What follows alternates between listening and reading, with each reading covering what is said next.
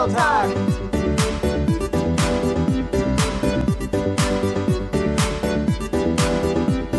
Hello everyone, I'm Stephanie. I'm Adam. And welcome to Meeple Talk. So this time we've got one in probably a few part series of the Tiny Epic series of games. This time we've got Tiny Epic Quest, a Scott Alms creation, Gamelyn Games production. What would you like to say about this one? Well, this is basically a board game that mirrors kind of like an RPG adventure game. Although you're not rolling characters, you are going on adventures, you're questing, you're fighting goblins, you're getting magic powers. And you're also equipping various items on your meeples, which is really cool. So, although I don't want to get too biased early on, while we're just describing they won't watch to the end. Yes. But one thing that's very important is that it's tiny. Goes into this little box, and you see they make the big board with the very small tiles. And I'm just amazed at how much they can put in the box. But and it's epic. So... But to show you what we mean, let's have a look at how this board actually lays out. Yes. Hello everyone, and welcome to the kingdom where the Tiny Epic Quest is going to come about. So as you can see, we've got different map cards that's going to establish the different kingdoms. Every player has got their home base with their colors and also their meeples, potential items that they'll be collecting along the way. Also sitting in your kingdom, you've got goblins that people are going to defeat. That's what these goblin tokens are going to indicate. You also have various places that you want to travel through in the kingdom. You've got your grottos, which are going to give you certain bonuses or powers as you play along.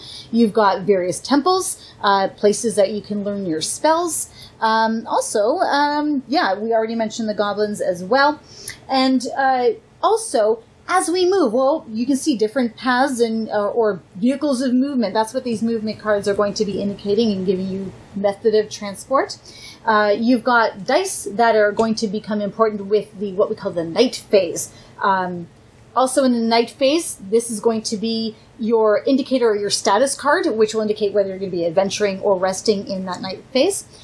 Every player as well has their own player board, which will indicate things like the health that they have, either actual health and power, as well as their maximums that they may be allowed.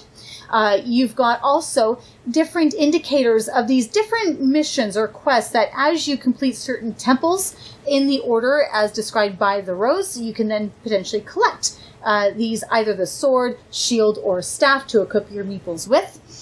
Speaking of equipment as well, we also have a common, potentially, item rack that as we complete certain quests, we may be able to get the advantage of specific items when we load our meeples with them. And then also, further along here, when I mention those quests, that's what these cards are going to indicate. You're always going to have in your game quests that maybe indicate positions that your meeple are in that you can actually earn them with, or by satisfying certain temples before anyone else, you'll be able to collect those cards with the items that are indicated on it.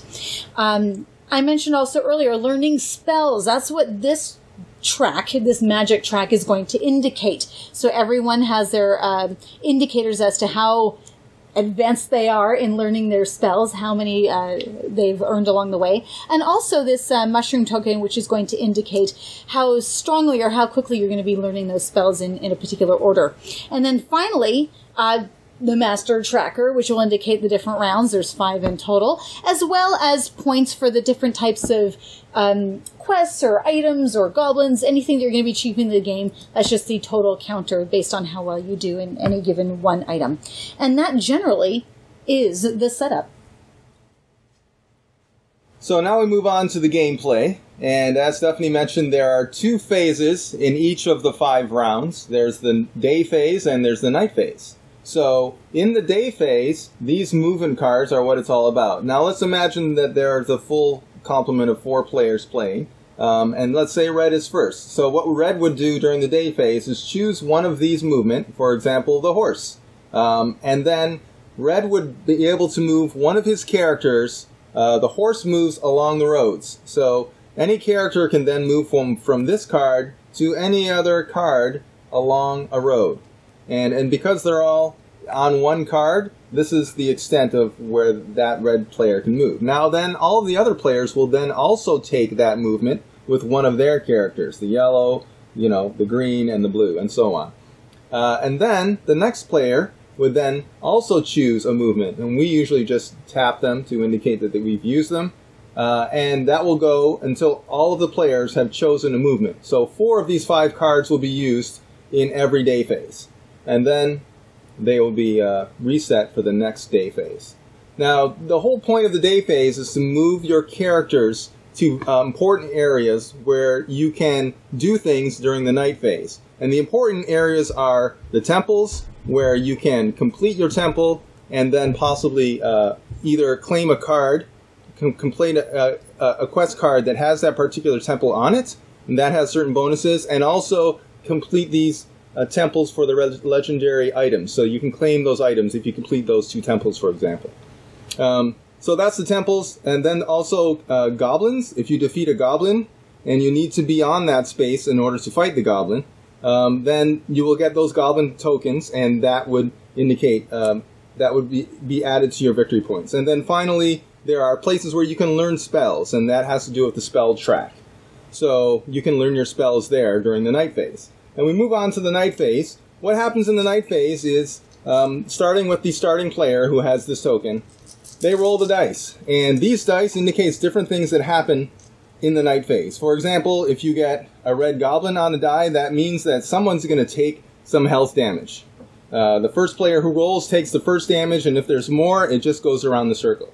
You can also punch a goblin with this green punch symbol. So that means that all the players, if they are fighting a goblin, that goblin, they can turn this token and indicate that that goblin has taken a hit. And when the goblin takes 5 hits, then that goblin can be defeated. The other symbols, there are power symbols, which indicate that you can get an additional power.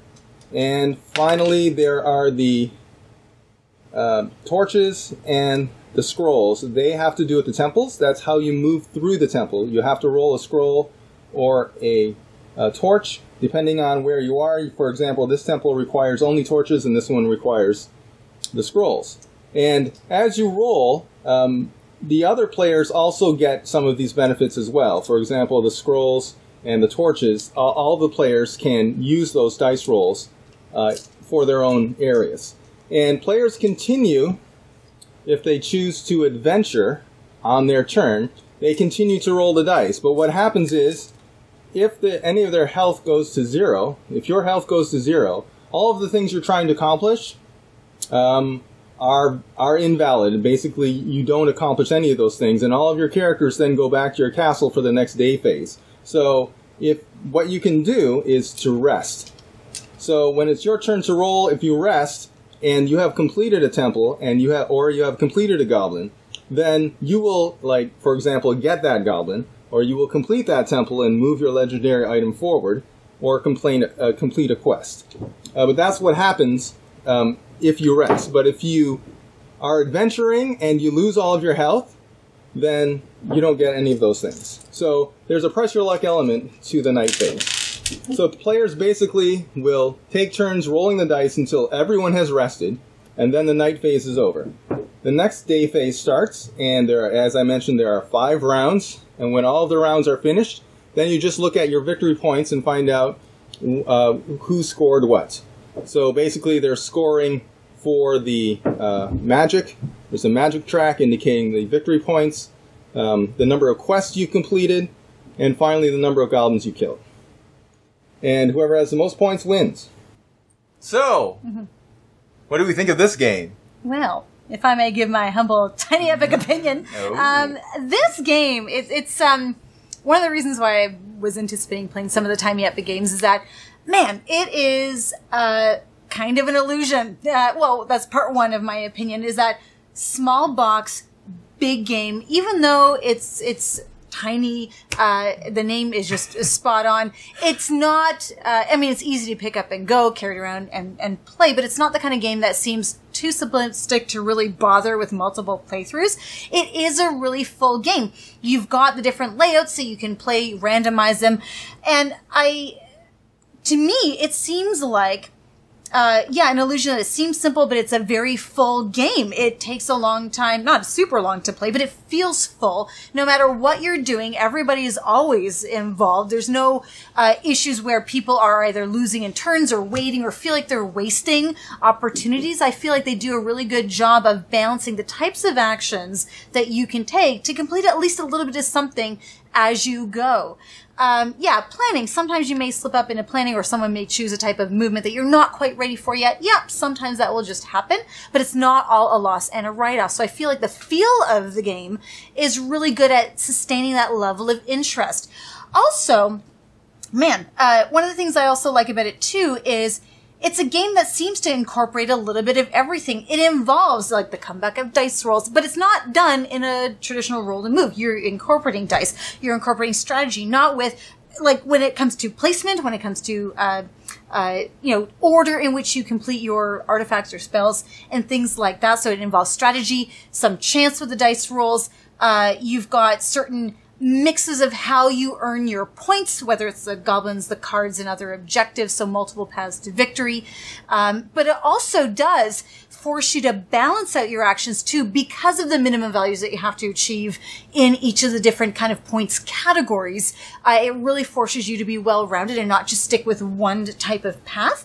So in a sense, it's not like it forces you into a certain type of gameplay, but it well rounds it out, and I quite like that. So you've got strategy, chance, dice, worker, I guess you can call it a sort of argument for worker / resource management in there too. So it does a really good job for such a small game to incorporate a lot of the major mechanics that you tend to see in more full games in one compact setting. So I think, wow, that's brilliant. So I quite like it. Yes. I want to say right off the bat, I mean, the reason, I got the game and wanted to play the game so much is because the theme looks so amazing. Just when you see pictures of these little, plastic characters, and you can equip them with, shields and swords and pan flutes, and I think that is so awesome. And it really adds a lot to the flavor of the game, and I think the game is very well themed. You feel like you're actually going on an adventure and trying to complete quests, and the gameplay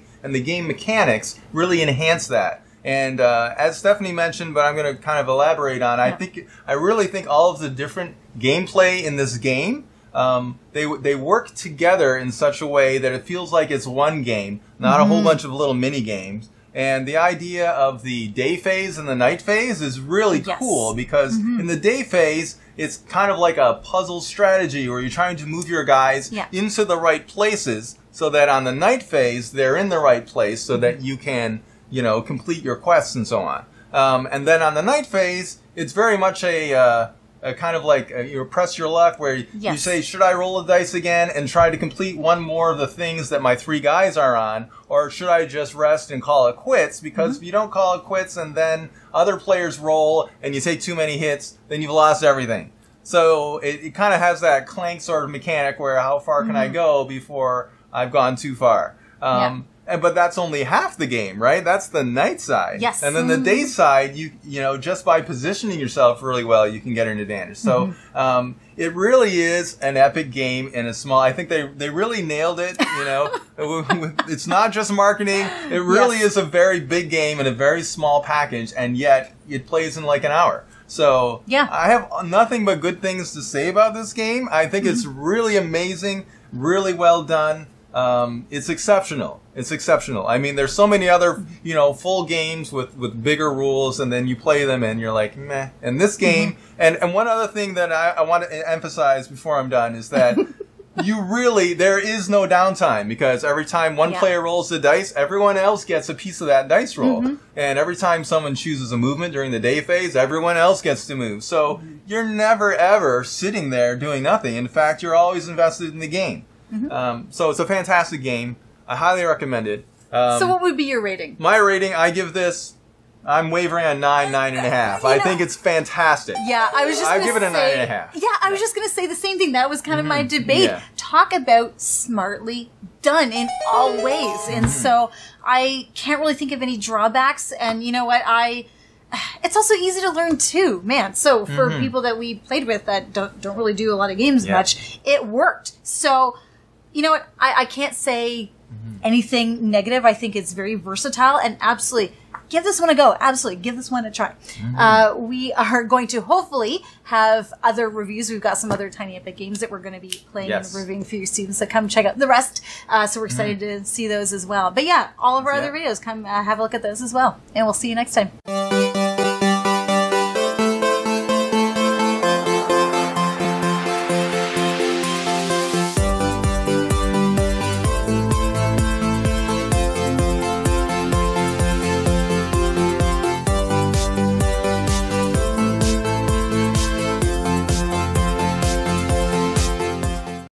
Thanks so much for watching the Dice Tower videos. Find more great videos and reviews, as well as our top-rated audio podcast at Dicetower.com. You can also find other great shows at Dicetowernetwork.com. I'm Eric Summerer, and you've been watching The Dice Tower. The Dice Tower is sponsored by Cool Stuff Inc., where you can find great games for great prices.